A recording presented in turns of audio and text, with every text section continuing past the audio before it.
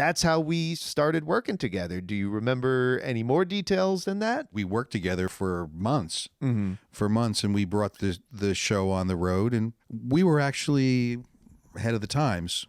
I mean, it was a more elaborate production than what Mick is doing today or JR is doing today. One-man shows, basically. Yeah. It was, or Johnny Valiant was actually the first one that I know of to start in comedy clubs. Right. Even Piper was doing that for a little bit. But this was what? This was the early 2000s. 2002. Okay. And it had never been done before, but we did a full theater stage show. Yeah. With the giant screen, with your fabulous work being projected and me speaking in front of it, and having a celebrity wrestler was George Steele at the first show that I interviewed on stage. And I had the giant book that was as tall as me that had smoke coming out of it when I started to recite some pretty hot stories, and it lit up, and it was a full-blown stage show. And how did that come to your mind? How did it go from, I just wrote this book and now I want to do a stage show with multimedia? I don't know. It's these I just create. I don't know. And then I also, during that time, I had written a screenplay. Yes, Fall for the Dream? Fall for the Dream. That came out when Bodyslams came out.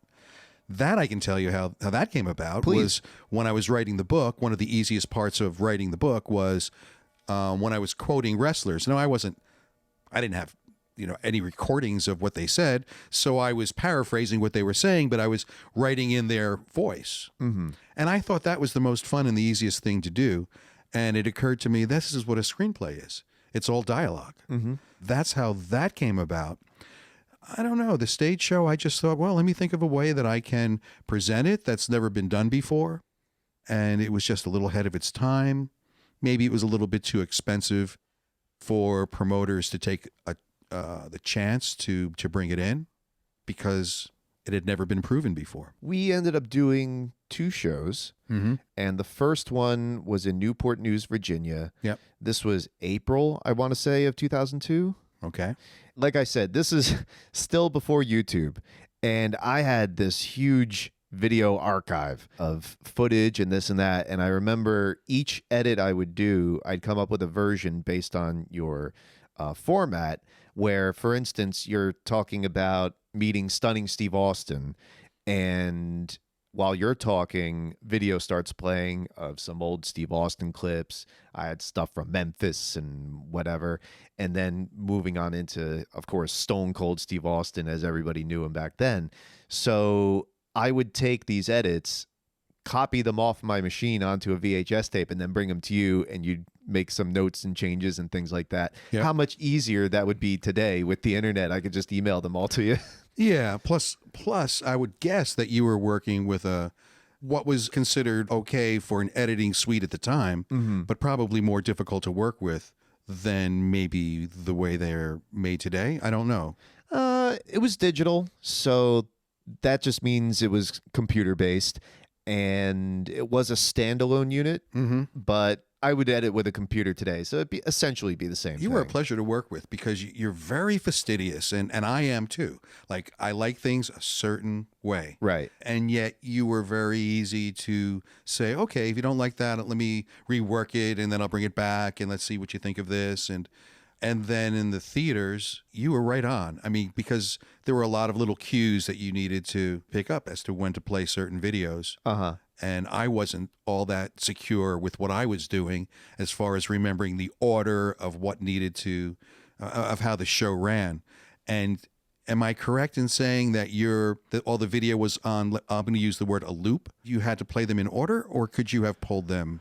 Oh, no, it had to be in order. Yeah. Right. So if I got out of order, that really messed you up. Oh, it could, but I don't think you ever did. I remember it being really smooth, at least on my end. The most problem I had was when I would cue somebody, because what we would do is in between your clips was a still of your Lil Bro logo. Right. And that would pause until we get to the next clip.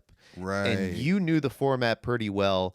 It was just a matter of when I say hit the tape, the TD or technical director, who the person hitting the button, actually hitting the button. I remember there was one where I was like, hit. I probably had some cheat sheets. I probably had some cheat sheets up there because I was telling like 20 some stories. So I knew what era I was in, but to know exactly who I was supposed to talk about. And remember, we had no rehearsal.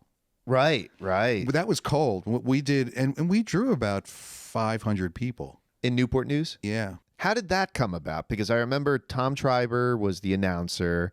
I forget the promoter's name. It was Chris something. Yes, Chris. And George the Animal Steel was your guest that you interviewed. I think was that after intermission, I believe? Yes, it was the first thing after intermission. It's Christopher Newport University. Yes. Chris had come to me. Chris had gotten into bringing wrestling personalities in to do signings. When he came to me, I just said to him, I have something a little more interesting than that. Let me run this by you and see if you're interested.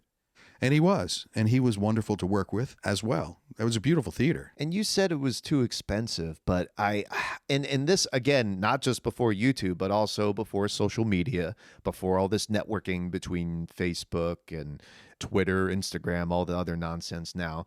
Don't you think that we could have drawn a little more had that been a little more prominent then? Because I thought even just the allure of what you were talking about, the subject matter, but also your footage, because you had some stuff that's never been seen anywhere else, that I thought would have drawn in and of itself. And I still do. I still have that footage of on the bus, on the tour bus. Well, this is very hard for me to say, but